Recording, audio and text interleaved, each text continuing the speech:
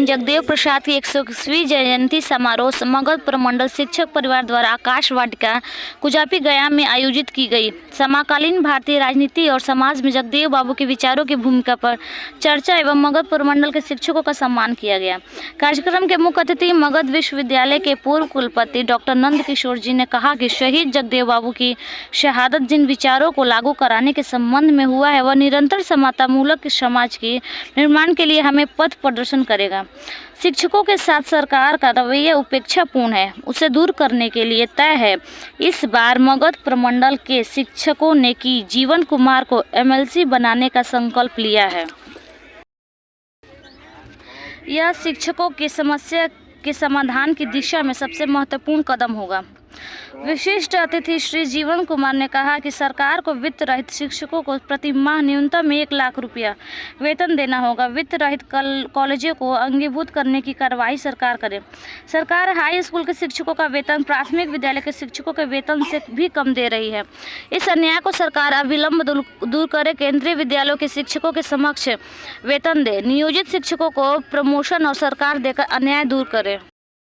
शिक्षकों को स्वेच्छानुसार दिए गए 3 विकल्प के स्थानों पर ट्रांसफर करें। अतिथि शिक्षकों को वेतन वृद्धि और नियंत्रित वेतन सरकार दे। सभी शिक्षकों को सरकार राज्यकर्मी का दर्जा दे और 1 करोड़ का बीमा कवर दे। सरकार ने शिक्षकों के साथ भेदभाव करते हुए अघोषित आपातकालीन परिस्थिति का निर्माण किया है। आगे सुनिए जीवन कुमार ने क्या कहा।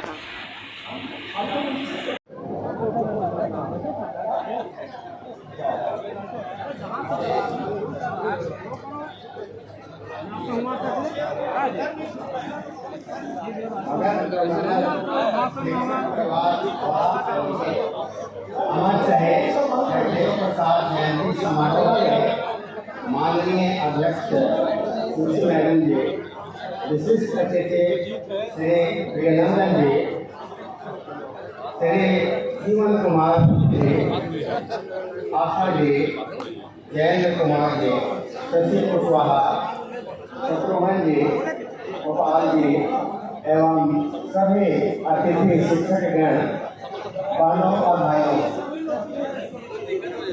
मुझे खुशी है कि जो नीतियां हैं बुद्धिजीवी समाज के लिए कमज़ोर नीतियां बनाई गई हैं या बनाई जा रही हैं, उसको मजबूती से जब तक नहीं बनाएंगे हम तो हमारा समाज समृद्ध नहीं होगा। और समृद्ध समाज के लिए, समृद्ध बिहार के लिए सरकार की मजबूत नीतियाँ बुद्धिजीवी समाज के लिए होना बेहद ज़रूरी है। आज मैं देख रहा हूँ, चाहे कॉलेज की स्थिति हो, कंस्टिट्यूएंट कॉलेज की स्थिति हो, वित्त रहित कॉलेज की स्थिति हो, या फिर गवर्नमेंट हाई स्कूल में जहाँ पे आज के डेट में नियोजित शिक्षकों की बहाली हुई है, तो सभी जगह स्थितियाँ कमज़ोर है और हर जगह लोग परेशान हैं। और एक तरफ हम गुणवत्ता की बात करते हैं सरकार में कि गुणवत्तापूर्ण शिक्षा होनी चाहिए, और दूसरी तरफ हम उन लोगों को प्रताड़ित करने का काम करते हैं या उनकी चिंताओं को हम नहीं देखते हैं। तो ये दोनों बातें एक साथ नहीं हो सकती है।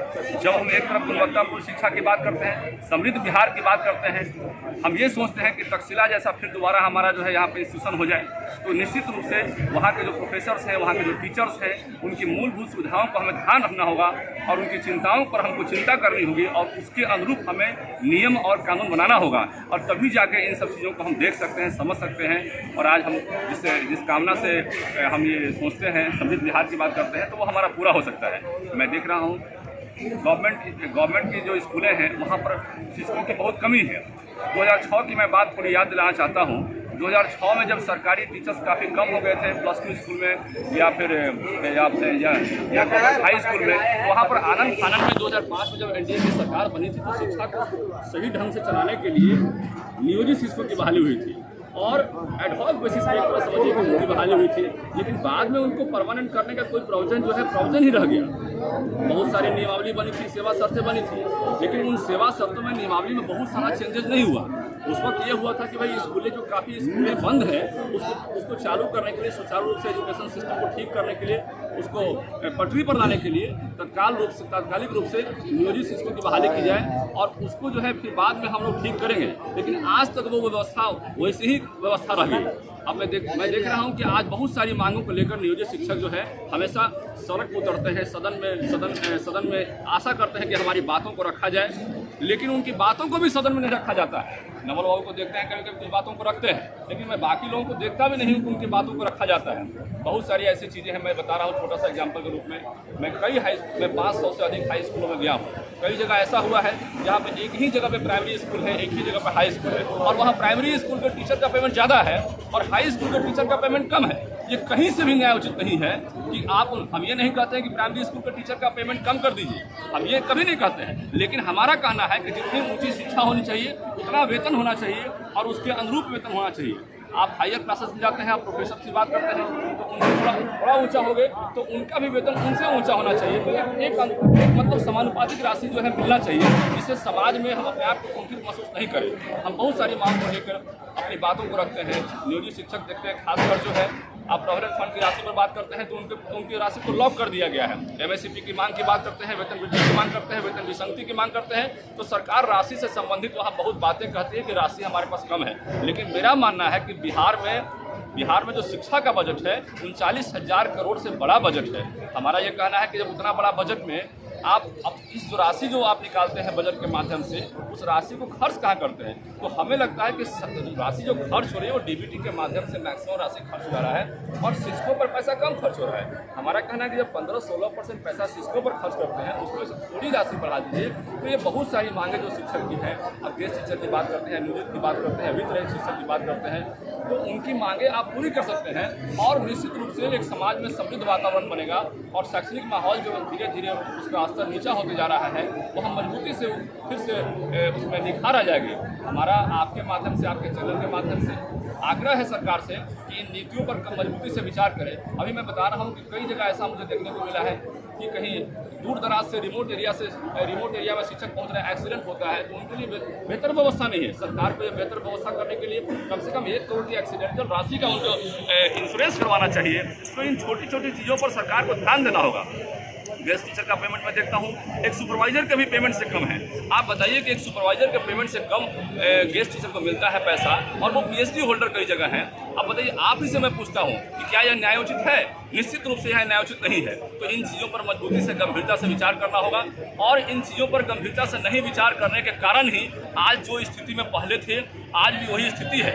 इन चीज़ों में बदलाव लाने के लिए हमें एकजुट होकर मजबूती से सरकार से बात करना होगा कि सरकार इसको इग्नोर नहीं कर सकती है। हमारा कहना है कि 2,37,000 करोड़ से ऊपर का सरकार का बजट है और उसमें उस बजट का बड़ा भाग जो है शिक्षा विभाग पर खर्च होता है, लेकिन शिक्षा विभाग पर केवल नाम का खर्च होता है।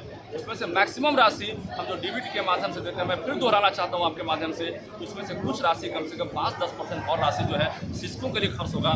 तो जो राज्य कर्मी का दर्जा जो है, जो हम हमेशा मांग करते रहते हैं और उसके लिए सरकार को ये लगता है कि कहीं 3,000 कहीं 5,000 की राशि हमको देना पड़ेगा, कहीं 400 की राशि देना पड़ेगा, तो उसके चलते उसमें सरकार जो है हमेशा सोच विचार करने में लगी रह जाती है। तो ये भी सारे बैरियर्स दूर हो जाएंगे।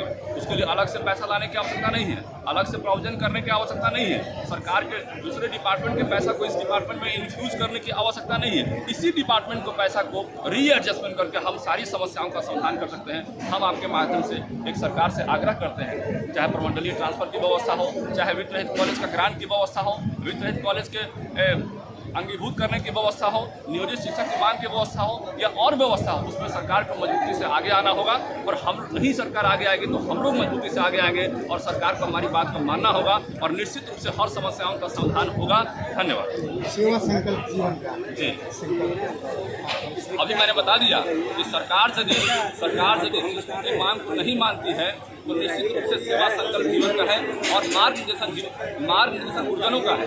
जो आज हमारे समाज में शिक्षित वर्ग है उनका जो निर्देशन होगा उसके अनुसार हम चलने के लिए तैयार हैं और संकल्पित हैं अंदर से और दृढ़तापूर्वक संकल्पित हैं। इसलिए मैंने अपने देखा होगा कार्ड में भी लिखा है कि मार्ग निर्देशन शिक्षक जनों का और सेवा संकल्प जीवन कुमार।